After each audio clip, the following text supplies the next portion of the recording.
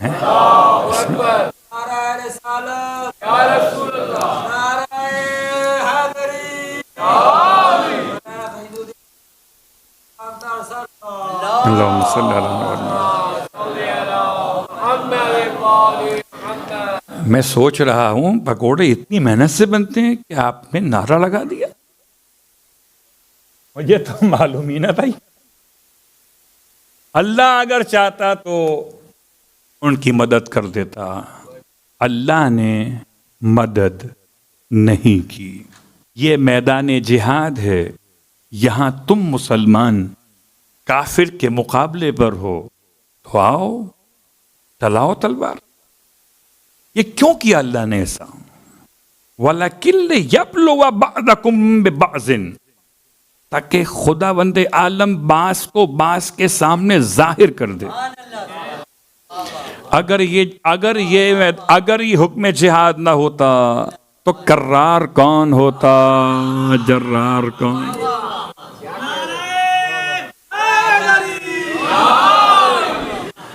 بات واضح ہو گئی۔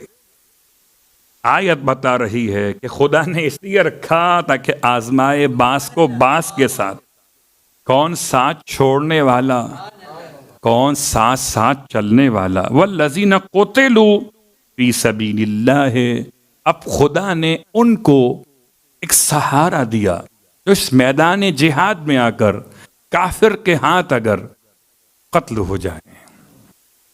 والذین قتلوا فی سبیل اللہ، جو لوگ راہ خدا میں قتل ہو جاتے ہیں، فَلَن يُضِلَّ أَعْمَالَهُمْ، خدا ہرگز ان کے اعمال کو حبط نہیں کرتا۔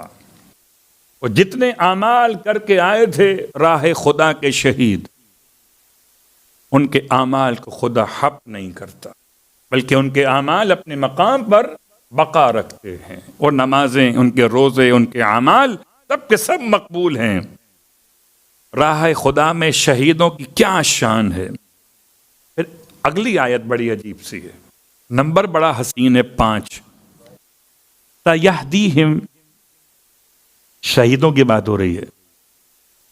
سَيَهْدِيهِمْ، ان قریب خدا انہیں راستہ بتائے گا۔ تو شہید ہو گئے، اب شہید کو راستہ بتانے کا مطلب کیا ہے؟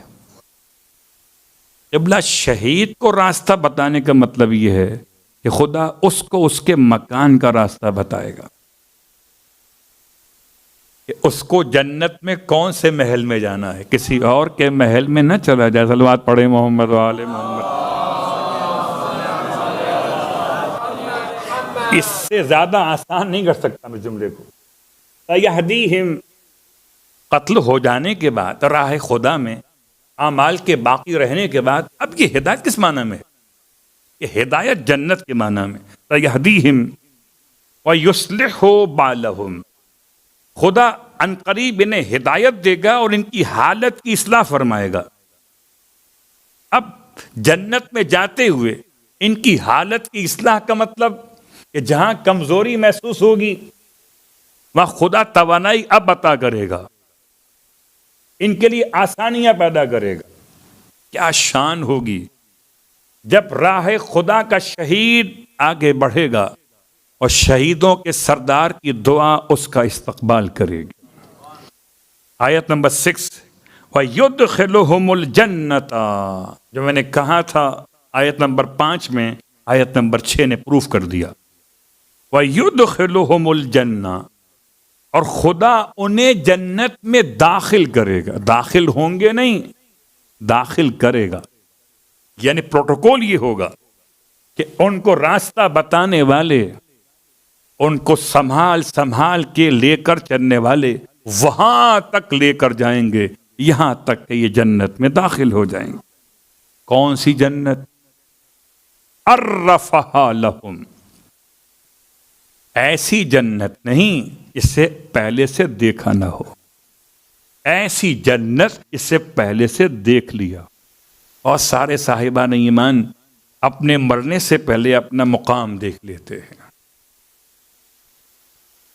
اور پھر اگر اس کی بات ایسے سمجھ میں نہ آ سکے تو کربلا کے شہیدوں کی شب عاشور کی کیفیت کو یاد کیجیے گا کہ انہیں ان کے سارے مقامات جنت کے محل دکھائے جا رہے تھے. راہ خدا کے شہید جنت میں جانے سے پہلے، جیسے کہ روایت، اگر کوئی انسان مکۃ المکرمہ میں ختم تلاوت قرآن کرے تو مرنے سے پہلے جنت میں اپنا مقام دیکھ لیتا ہے. یہاں بھی الفاظ یہی والے، عرفہا لہم، ایسی جنت جو انہیں ان کی شہادت سے پہلے دکھا دی گئی تھی. اب اپنے مخصوص مقام پر یہ پہنچائے جائیں گے. اس کے ساتھ ساتھ ایک چوتھا مسئلہ جو کہ آیت میں نہیں ہے، اور یہ اختیار امام زمانہ علیہ الصلوۃ والسلام کے حوالے سے مخصوص ہے.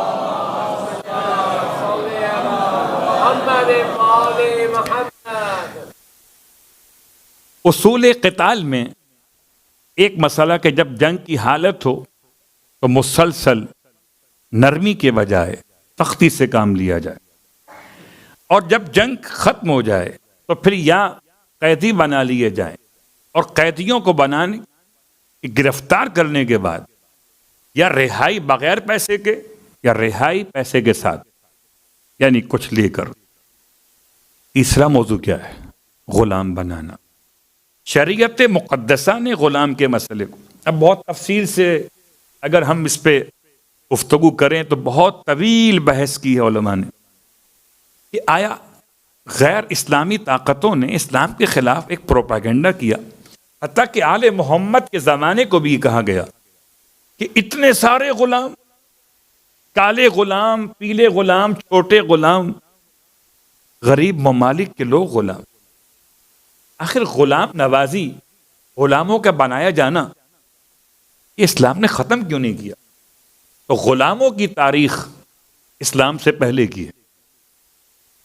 اسلام نے آنے کے بعد غلاموں کے ساتھ اچھا سلوک کرنے کا ایسا پیغام دیا، سلوک نہ کر سکا اسے غلام سے ہاتھ دھونا پڑ گئے. بہانے سے غلاموں کو آزادی دلائی گئی. اللہ اکبر. آپ سب کو تو یاد ہوگا، اگر کوئی انسان جان بوجھ کر ماہ رمضان کا روزہ نہ رکھے یا باطل کر دے، اس کا کفارہ کیا ہے؟ اس کے کفارے کی 3 عنوانات. پہلا عنوان ہے ایک غلام کو راہ خدا میں آزاد کرنا. روزہ میں نے توڑا خدا کے حکم کی خلاف ورزی کرتے ہوئے، اور خدا نے میرے ذریعے سے ایک غلام کو آزاد کرنے کا راستہ جوڑا. میں نے توڑا، اس نے جوڑا. شریعت مقدسہ نے غلاموں کو آزاد کرنے کے راستے کتنے بیان کیے، کبھی تصور کیجئے گا. اور پھر غلام بنائے جاتے رہے، آل محمد کے گھر سے غلام آزاد کیے جاتے رہے. اتنے غلام آزاد کیے گئے کہ مولا کائنات علی ابن ابی طالب علیہ الصلوۃ والسلام نے اپنے دستے مبارک کی محنت اور مزدوری سے، جو آپ اپنے دستے مبارک سے مزدوری کر کے پیسے لیا کرتے تھے، روایت ہے، تاریخ کا فیصلہ صحیح غلط امام وقت فرمائیں گے. آپ نے کھجوریں جمع کر کے انہیں سیل کیا، اس کے پیسے سے غلام خرید کے آزاد. اپنی اس زندگی مختصر میں مولا نے حیات ظاہر 1000 غلام خرید کر راہ خدا میں آزاد کی. 1000 غلام. اللہ اکبر. وہ الگ بات ہے، اس غلام کو خرید کے آزاد کرتے تھے، وہ غلام بے دام آپ کا غلام رہ جاتا تھا. بے دام غلام اور ہے، دام والا غلام اور ہے. اور چونکہ آج بیٹھے فرش ولا پر، اور یہ ماہ مبارک ماہ حسن مجتبی بھی تو ہے، تو اگر کسی کنیز نے مولا کی خدمت میں پھولوں کا گلدستہ بنا کے پیش کیا ہے، تو پھولوں کا گلدستہ، پھول کہاں سے آئے تھے؟ پھول مولا کے ہی چمن کے تھے. کنیز بھی مولا کی اب سمجھیے جب خدا آپ کو اپنی طرف سے دیے گئے اعضاء و جوارح کی نماز قبول کر لیتا ہے اس کے اجر و ثواب کو دینے کے ساتھ، تو یہ پھر حسن مجتبی اسی کے تو نمائندے۔ آپ نے پھولوں کا گلدستہ قبول فرمایا، ارشاد فرمایا کہ تجھے راہ خدا میں آزاد کرتا ہو۔ کسی نے سن لیا، کہا مولا سے مولا یہ تو بہت مہنگا ہے، ایک گلدستی کی کیا قیمت ہوگی؟ 4 درہم، 5 درہم اور 10 درہم ہوگی۔ آپ نے اس کو پورا آزاد کر دیا۔ پھر آپ نے سورہ مبارکہ نساء کی آیت تلاوت فرمائی، جب کوئی تمہیں سلام کرے تو تم سلام کے جواب میں اگر اس سے بہتر جواب نہ دے سکو تو کم از کم اس کے برابر جواب دیا کرو۔ امام فرماتے ہیں اس کے لیے آزادی سے بہتر اور تحفہ کیا ہو سکتا تھا؟ تو آل محمد نے غلاموں کو آزادی کا ایسا راستہ بتایا کہ صرف گردنیں آزاد نہیں کی بلکہ فکریں آزاد کر دی، اور ایسی فکریں آزاد، ایسی فکریں آزاد کی کہ آپ سرکار سید الشہداء کی کنیت لقب کی شکل میں ابو الاحرار، حر مزاج افراد کے والد حسین ابن علی، ایک حر نہیں جتنے حر مزاج آتے رہیں گے تا قیام قیامت تک، سارے حروں کے باپ کو حسین کہتے ہیں۔ تو غلاموں کو آزاد کیے جانے کے حوالے سے یورپ نے بہت لیٹ کام کیا۔ 1850 میں پہلی مرتبہ بہت بڑے پیمانے پر کانفرنس میں غلاموں کی خرید و فروخت کو بینڈ کیا گیا۔ کہاں 1850 اور کہاں زمانے آل محمد۔ وہ غلاموں کو آزاد کرتے چلے آئے، تم اس کے بعد بھی غلام خریدتے چلے آئے۔ پھر اسلام کے بارے میں کہ تو اسلام غلاموں کے لیے سخت مذہب ہے، اسلام سے بہتر مذہب تو روئے زمین پر کوئی ہو سکتا ہی نہیں۔ یہ تو بہانے سے پرانے غلاموں کو بھی آزاد کروا دیتا۔ تو عزیزان گرامی قدر، آج کی حد تک بات کو یہاں روکتے، اور اب وصیت کے جملے مولا کائنات حضرت عبداللہ کے حالات کو بیان کرنے سے پہلے وصیت مولا کائنات کی، کل یہاں تک بات پہنچی تھی کہ مولا نے اپنے دونوں شہزادوں کو، یہ بات یاد رکھیں کہ میں اپنی اولاد کے لیے، آپ اپنی اولادوں کے لیے جو صاحبان اولاد بیٹھے ہوئے، وصیت کرنا بہت اہم ہے۔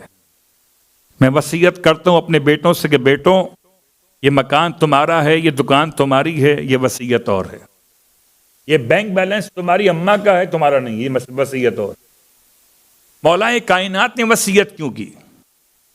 مولا حسن و حسین جنت کے جوانوں کے سردار کیا وصیت کے محتاج تھے؟ جواب جی نہیں۔ کیا ختمی مرتبت نماز کے محتاج تھے؟ جواب جی نہیں۔ بس جیسے اللہ کے رسول نے انسانیت کو ابدیت سکھانے کے لیے عبد پروردگار بن کے دکھایا، ایسے مولا نے اولاد کو وصیت کرنے کا سلیقہ سکھانے کے لیے وصیت کر کے بتایا۔ آپ نے وصیت فرمایا یا بنی الحسن والحسین قولا للحق یقولا بالحق۔ اب لفظ حق کو سمجھاتے ہوئے امام جعفر صادق علیہ الصلوۃ والسلام کا یہ جملہ،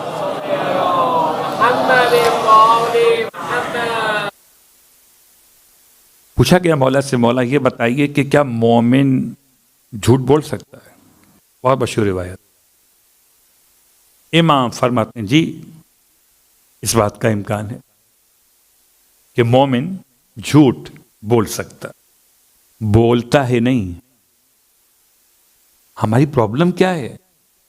اب سنتے مولا کے فرمان کو ہیں، سمجھتے اپنے مزاج سے۔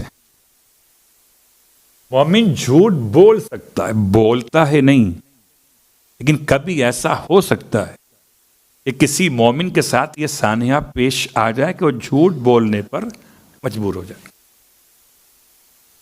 پھر سوال کیا مولا یہ بتائیے کیا مومن ڈرپوک ہو سکتا ہے؟ فرمایا ہاں اس بات کا امکان کہ مومن کبھی کبھی یہ بھی ہو سکتا ہے کہ ڈرپوک واقع ہو جائے،